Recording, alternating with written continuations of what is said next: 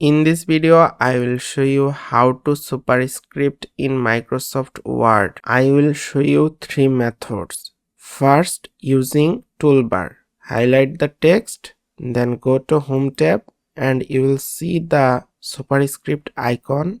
Just click on X2.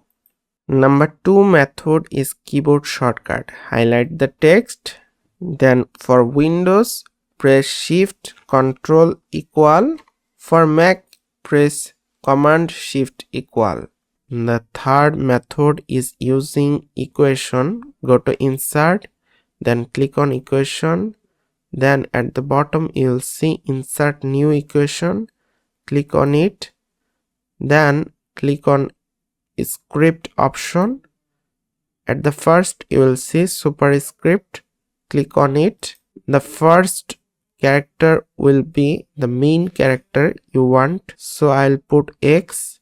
At the top we'll write the superscript character.